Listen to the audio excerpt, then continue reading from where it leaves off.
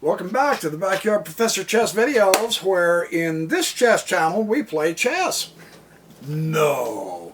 Well, it's not checkers, folks. Okay. Listen it up, people. You guys are awesome. Don't argue with me, I'm always right. Unless, of course, I'm wrong. But in this instance, I'm not wrong. We are going to do another Bobby Fischer game. And it's in his, I don't have it with me. Yeah, I do. Bobby Fischer, My 60 Memorable Games. I haven't given up playing through every one of Bobby Fischer's games, I promise. But rather than doing it chronologically like I was doing, I think it's fun to get to some of his more advanced materials right now, and then I'll just give me time, baby. Give me time. I'll do this. Yeah, baby. Fischer is the black in this. Now, this was the, oh, shoot. He's playing Vasily Smyslov, the former world champion, who was very dangerous. And this was played in, God, I didn't write it down, I believe 1959. So this is a young Bobby Fischer playing a very well-played world champion, former world champion in chess. So Bobby's going to uncork the whatever. Anyway, Bobby's going to uncork on him. I can't even think. The defense, you know, the defense. This is the smorgasbord defense. Hey, it's Sunday morning and I just got up. Calm down. The smorgasbord. What a dork. What an absolute moron. Okay, here we go. The Sicilian defense. I knew it had come to me, you know. I haven't had breakfast yet and I'm working on waking up. My left eye will not open and my right nostril is staying closed, so. And of course Bobby will take, and Smyslov will take. And now Bobby goes knight f6 and knight c3. By the way, it's fun to be playing some of you guys online again. It's good to see you again. I'm going to try to get back in the groove. Oh, and hey, speaking of which, hold on.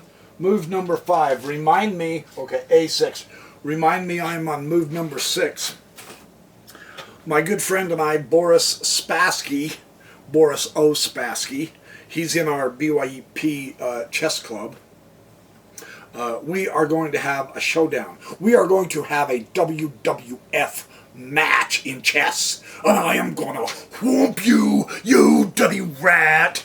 Right now we're kind of building the hype in the club and having fun. And there's so many of you who want us to do this. So we're going to make this the WWF of the BYP chess club. And right now we're hyping it up and, you know, battling each other with words. And we are having a ball. He's going to whip me because I've been away from chess for so long and he hasn't. He's been cheating and being taken lessons from Username. Cheat, baby, cheat! Yeah! Anyway, we are having fun. We'll announce when it's going to be played, and we're going to do it live so that you guys can come and join in and watch the fun. It's going to be a lot of fun. You'll be able to hear us commenting while we're playing, and you guys will be in chat, but we won't be able to see your chat until afterward, you know, something like that. So far as I know, it's going to be a week or two. Not much longer than that, though, so I will keep you in tune. And I will let you know what is going on with that. So I am going to whoop him. I'm going to thump him. He'll probably checkmate me, but I'm still going to whoop him and thump him. Smyslov comes to bishop g5.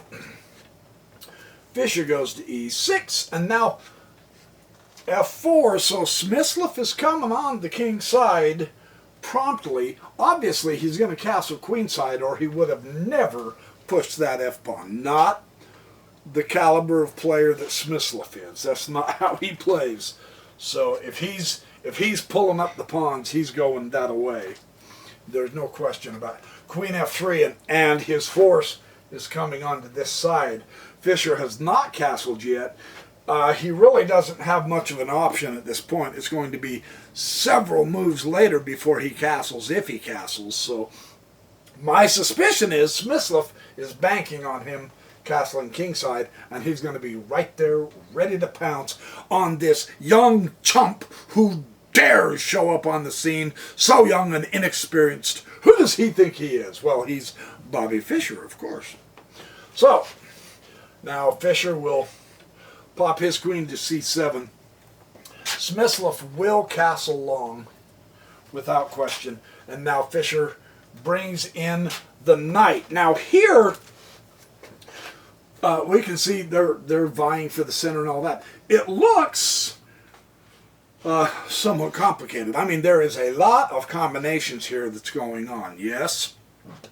Now, I'm going to be quite frank with you. Fischer here shows a variation, and I'm going to play through it. Rather than here, I was thinking, make the bishop decide.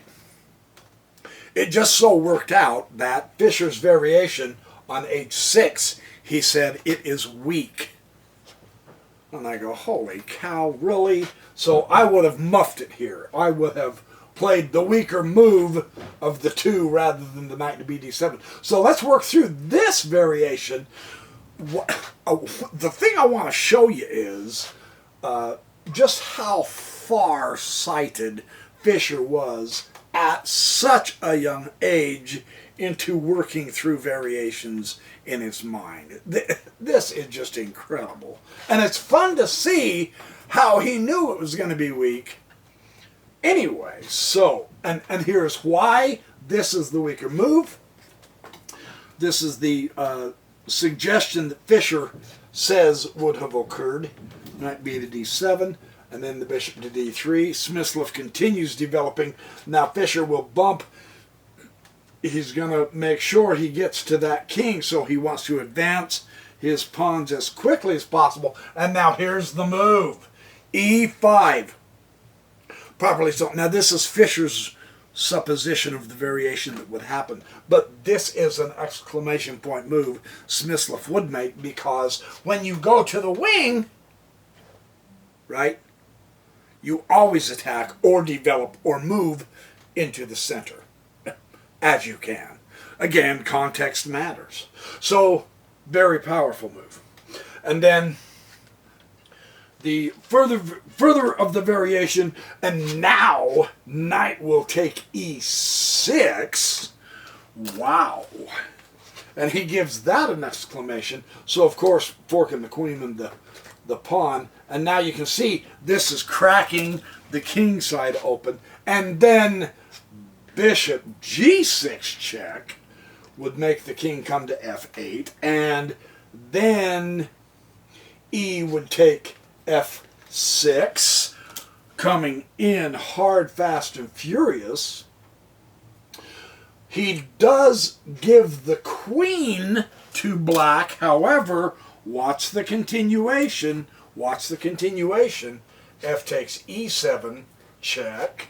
Rather than succumb at this point, the king has one last square, and finally g will take f3, and knight will come to f6, and bishop will take f6, and g will take f6. We're whittling down to the point.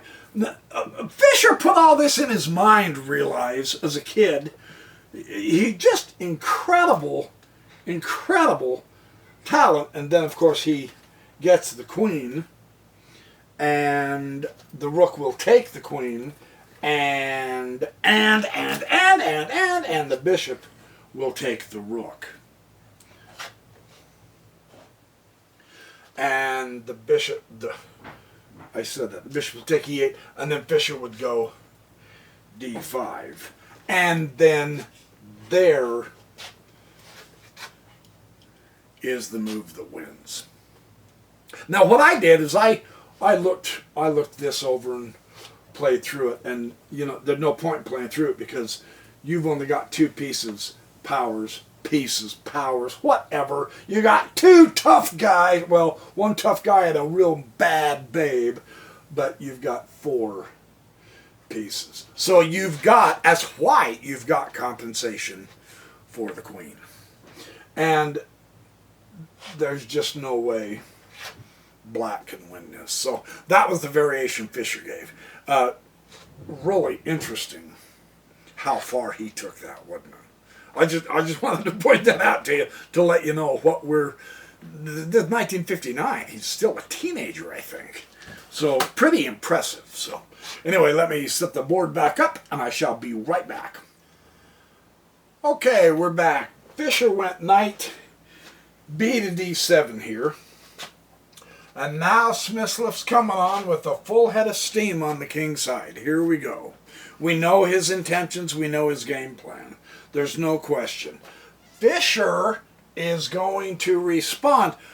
This is interesting. It's quite instructive. The center is not locked. There is a lot of potential energy built up here. Lots of different variations. Smyslov is coming to the king wing. So Bobby Fischer is going to race him to the queen side. Notice how speedily he continues to move toward that king. You must move fast if you are going to counterattack, right? Well, Smyslov, being the powerhouse player that he is, makes no nonsense of anything silly here. He is going to go hard as well. At this point, he's forcing Fischer to react to him. And then Fischer will just bump back to knight d7, so that's not a big crisis. Here, this was a question mark. It was necessary for Smyslov to push the a3 pawn because Fischer is not slowing down. Now, the advance in space is obvious. Man, how many times in the last 5 or 6 videos has that been a theme, right? Recognize that pattern, you guys. It's very helpful. I am so not kidding you. I am not bluffing. Do I look like I'm the kind that would bluff? No. So we're getting extra space, and he's coordinating his pieces really well. Fischer continues to just make his own threats, though. Notice how speedily he's getting those pawns there. So many times in games, haven't we seen, I mean in the Grandmaster games, where they will get started on the side, and then they get persuaded to come back over here and do some defending and stuff. Not Fischer. He's going. That's quite instructive. I just want you to recognize that. Knight c to e2. Bishop b7. Get the pieces developed. Isn't this interesting? Smyslov has been coming on to...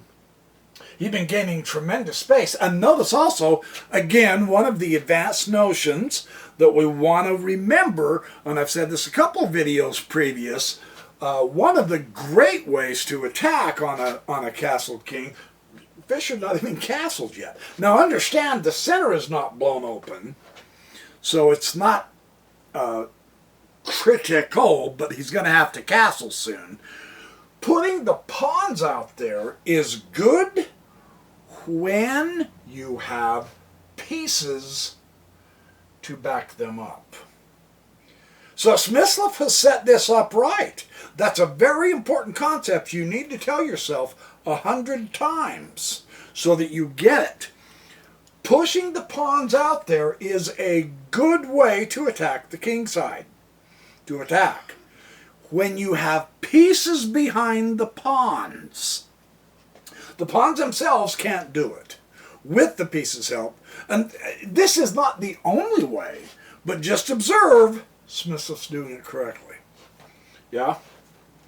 Really interesting. And now King B1. And that's a question mark. That's a question mark also. And we'll see why. Look. The c5 square he let Fischer have the knight on c5. Here comes Fischer. Isn't that interesting? He's not messing around here. Smyslov all of a sudden appears to be reacting to Fischer, but recognize when you castle long, the king does belong on b1, but not right now, according to Fischer. He said, nope, he can't afford such a nicety for that reason. And now Smyslov is going to attempt to try to continue his pressure against Fischer's side. And Fischer pushes d5! Exclamation point. Open it up. He has advanced his queenside pawns to where they're at least within striking distance. Now, they're not real dangerous right now, but they are in striking distance. Smyslov is the same way. But notice, by pursuing that push, Fischer is not going to be hypnotized or penalized or forced to only react to an attack. He also can become an attacker. He's kept right up with Smyslov. I'm just pointing that out as a basis for grasping how this game goes. Remarkably interesting. Here is when Fischer said, I could see on Smyslov's face that he was busted. That's huge. That central push of that pawn wrecked Smyslov's psychology. Really, really interesting to know, huh? So there's a hint for you on how to play, right? Let's keep going. Let's keep going. He did an intriguing move. It wasn't a blunder. It probably wasn't the move Fischer was looking for, but it really was intriguing. He realized he was busted, so he sacrifices a pawn in order. And this is something they do. You can do once we get used to knowing why and how, and we still have a lot to go before we get to that point. I think most of you get it, but I don't. Smyslov is sacrificing a pawn to get the initiative, and it works a lot, but sometimes it doesn't. So that's what intrigued Fischer. He did not expect the pawn sacrifice here. Kind of interesting. So, he definitely takes the pawn. He says, okay, I will accept the gift. And queen comes to g4, and now Fischer takes that pawn. So the center is opening up, and now the knight at d takes the f pawn, I believe. Let me read this knight to you. At this point, one of the most striking things occurred to me as I was kind of attempting to read the position, look at the chessboard, compare the minor pieces and how they're doing, compare where the pieces are in relation to your opponents, where are the weaknesses in the pawns, etc. Notice how alone the white king is. That's remarkable, isn't it? This is a former world champion, man, playing this. Look where all of his power is. And does Fischer necessarily freak out? No. If his name would have been Bobby Schurtz or Carrie Fisher, then heck yeah, he would have been freaked out. But it's Bobby Fischer, so it's all good. But I just want to show you that observation. I mean, wow. And no, it's not like Bobby's piling up on it yet either. Bobby's distribution of power is much more even than Smyslov's here. Okay? Just to be aware of this. He goes G6.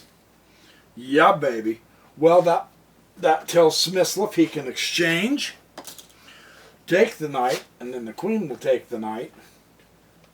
And doesn't that sort of damper the queenside power of, the kingside power of Smyslov? I think it does, yes. Queen comes to F4. Now Bobby feels safe in castling. Remarkable. We're on move 21 against the former world chess champion. And he finally castles.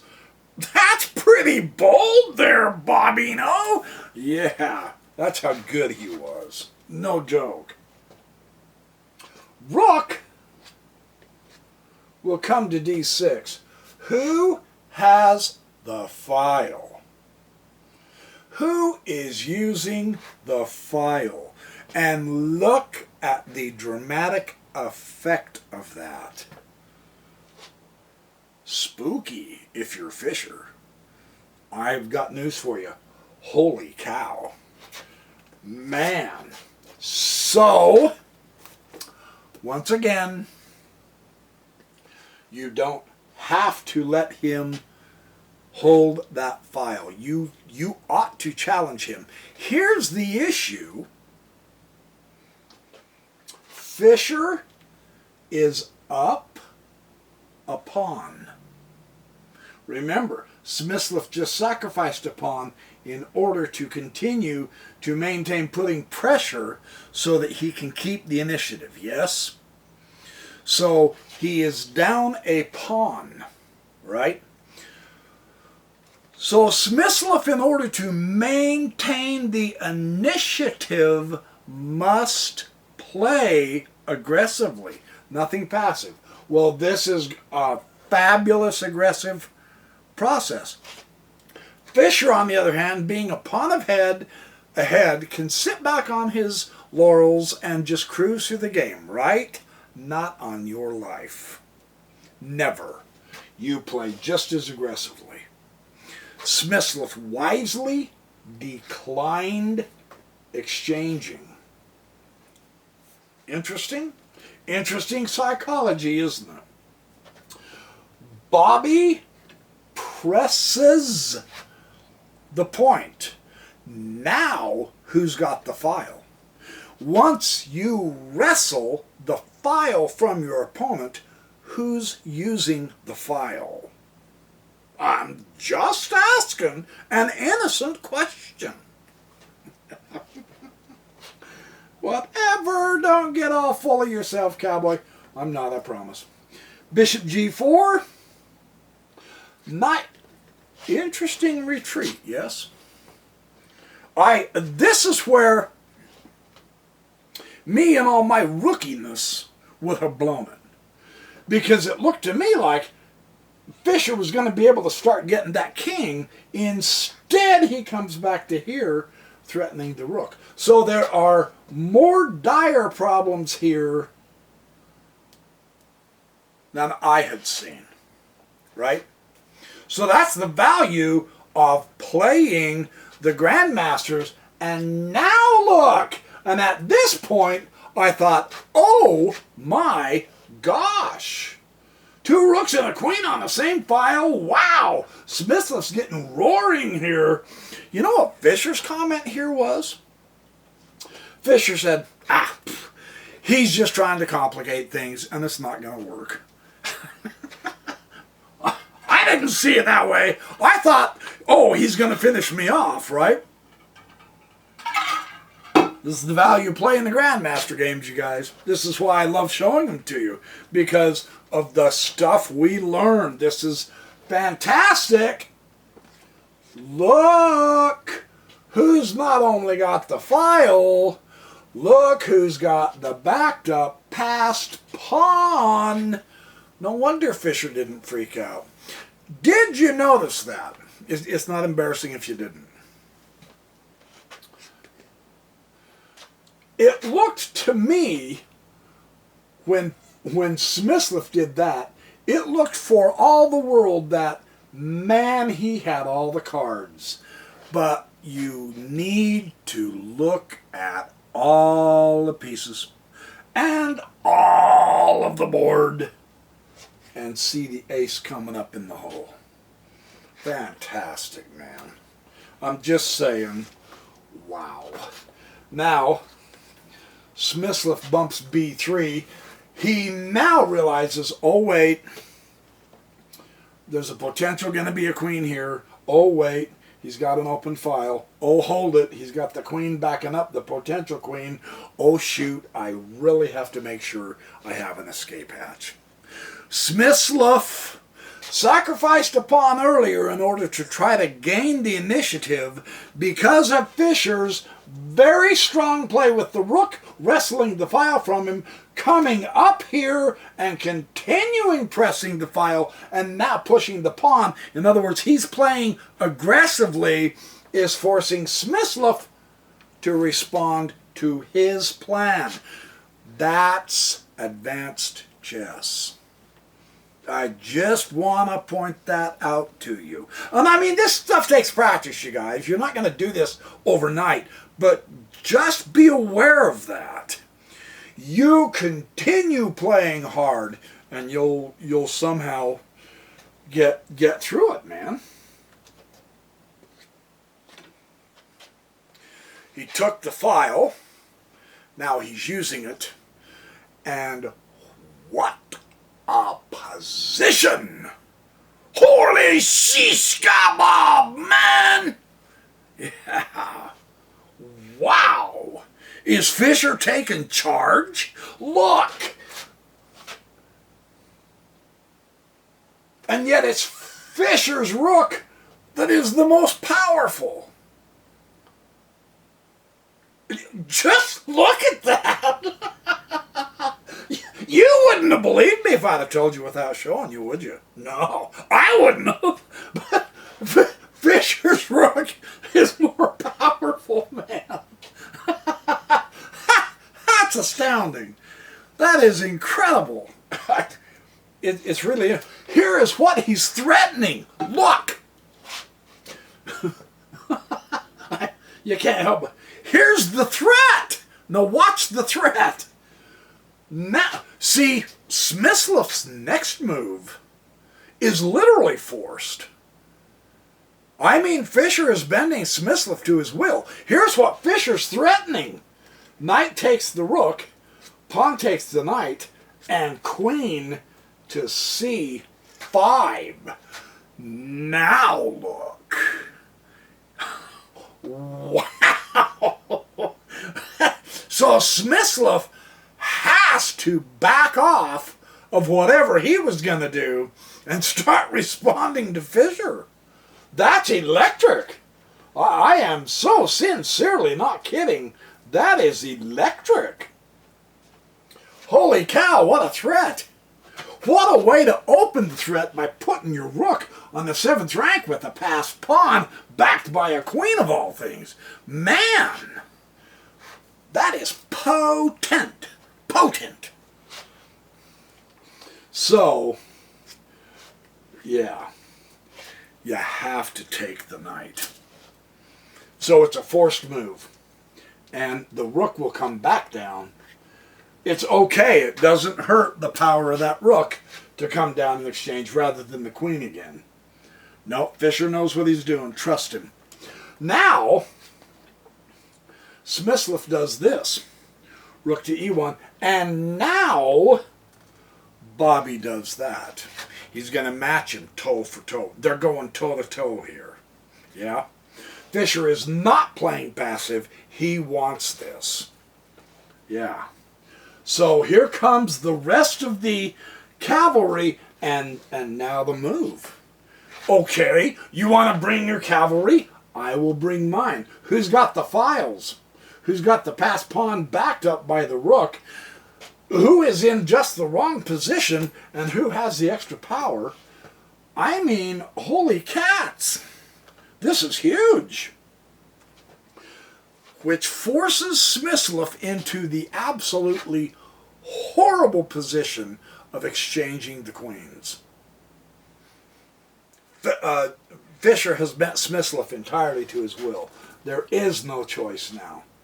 And Fischer goes, positively horrible. But there is no other choice, he says. So he took it, absolutely. Yes, Fischer's a pawn above, a pawn ahead. Remember, he will exchange pieces down to go into an endgame because he'll win the endgame. This also destroys the king cover. The pawns on the king covers. So now, rook d4, just observe who's got the file. Just observe the work in the file. He's got that open file that he took from Smyslov because he did not play passively. That's advanced chess right there, man. That's powerful. So c5, and now Bobby's note says now black just chips away. Technically speaking, the rest of this game is just technique, is how Fischer put it. But watch him chip away at this. This is really interesting. But Smyslov's not done playing hard yet either. Smyslov does not just roll over or die. So let's see what happens. Rook to d6. He's going to play hard. And now rook back over to c4. He wants to maintain the initiative, forcing the king forward. Another theme that we need to just kind of be really aware of, and so far as I'm aware, is that I haven't studied every chess ending chess book ever published in the history of the world. No, neither has anyone else. But as a general rule toward the end game, when your opponent starts moving your king, you do too. Right? You keep your king just as close as you can toward the center when your opponent, and again, it's context that determines this, yes, but you notice the heads-up play of Bobby. He puts his king right in there. And of course, he'll just move to rook g4. What a rook fork on a pawn and a knight, right? Chipping away is how he put it. So the knight to e2, and then the rook to e6 power play. Remember, Fischer's ahead of a pawn, so he can afford to threaten Smyslov with everything he's got. Yeah. And Smyslov reacts this way. He's going to fight him. And interestingly enough, Bobby does not worry about that file. He comes to e2, or g2, I mean, with the rook. Again, another threat. A threat, a protection, and rather than going through with it, no, another threat. He's playing very aggressively. That's advanced chess. I just want you to know that. Astonishingly excellent.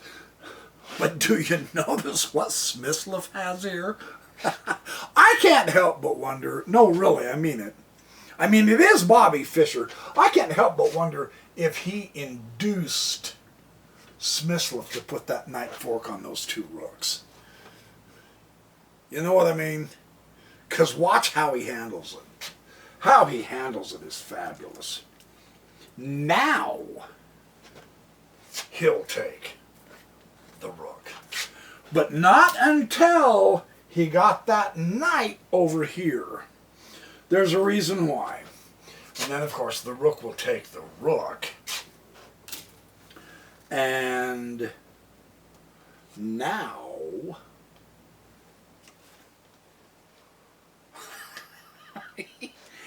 he is relentless, isn't he?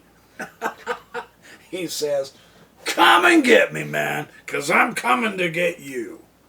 He never plays passively. There is every one of his moves, there is a threat to something, isn't there? It's no longer about position. It's about, I want to cut your head off, man. Watch Smyslov's reply.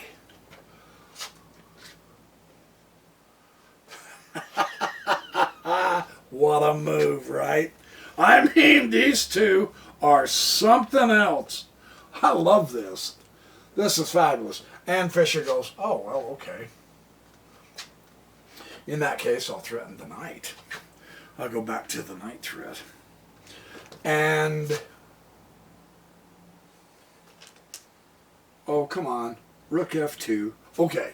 And then rook comes to d4 to defend the knight. Yes, and this is where Fischer pushes the...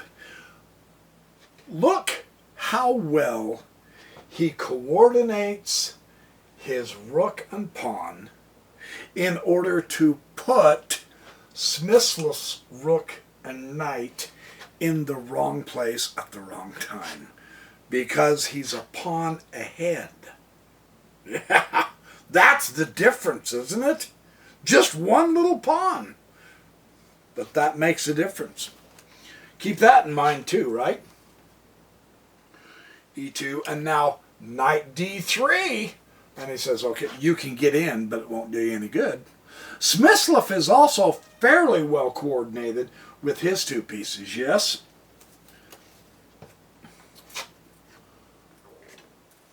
The piece that wasn't doing much comes to the front and says, charge! Yeah. Holy cow, man. What do you do? What do you do? What do you do? Press your own passed pawn. They both have passed pawns, man. Is this a game or is this a game? You go, holy cow, man. Now, Fischer, once again, and his description was chopping. I'm just chopping. Once again, a direct threat. Just get rid of the knight. Sacrifice the rook to get a queen. There's no problem there. And now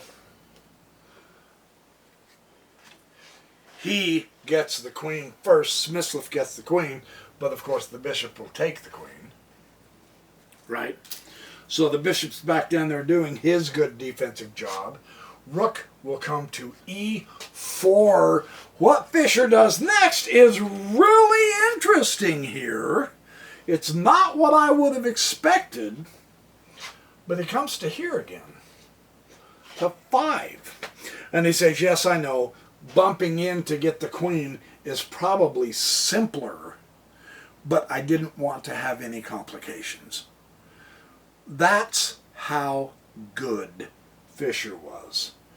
He's not going to bother getting a queen. He's going to win without her. Against a world champion, Vasily Smyslov, that's fantastic. That's impressive for a kid. I am not kidding, man. So, rook takes e2, and bishop takes d3,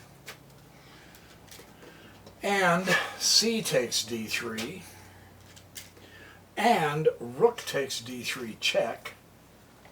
We're in the endgame, of course. King will take b4, obvious. Now watch how he plays this. Rook to d5. Keep the king on that side of the board. Rook to g2, you have to do something to get your piece in. No, eliminate the kingside play altogether. No counterattack. No counterplay. That's the other advanced concept that's really nice illustrated right here. Don't, I mean, you're up, of course. You've got the king sealed off so there won't be an attack on your pawn. And because it's on the same file with his pawn, so the rook's not going to come over here and battery your pawn. So eliminate everything on this side so that you can focus on that side so that you don't have a surprise here. Get rid of all counterplay. That's what Fischer did. Fantastic. Very, very well done. King takes e8-6. Well played. A4. You gotta advance if you're Smyslov. And now G5. Here we go. G5, and Rook will come to C2, and Rook will go to D6. And King will come to C5, and Rook will come to E6, where it's protected, and he keeps the king at bay this way, and that way he's going to go in. And that was where Smyslov resigned. This was Bobby Fischer's first win against Smyslov. And the commentators said it is truly hard to realize how outplayed Smyslov was in this game. That's impressive for a young man to defeat a former world champion in such a powerful manner. So there's your chess video. I mean, that's a great way to start the day, right? So remember, have fun, do well, be hard, work sweet. Somehow I messed that up, didn't I? Oh, well, it is the back nut head professor. You guys have a great day. Hopefully, I'm going to try. Hopefully I'll have another video up today. If not, I'll try to have one on Monday for you. So there's your game. Enjoy. Be safe. And I will see you in the next Backyard Professor Chess video.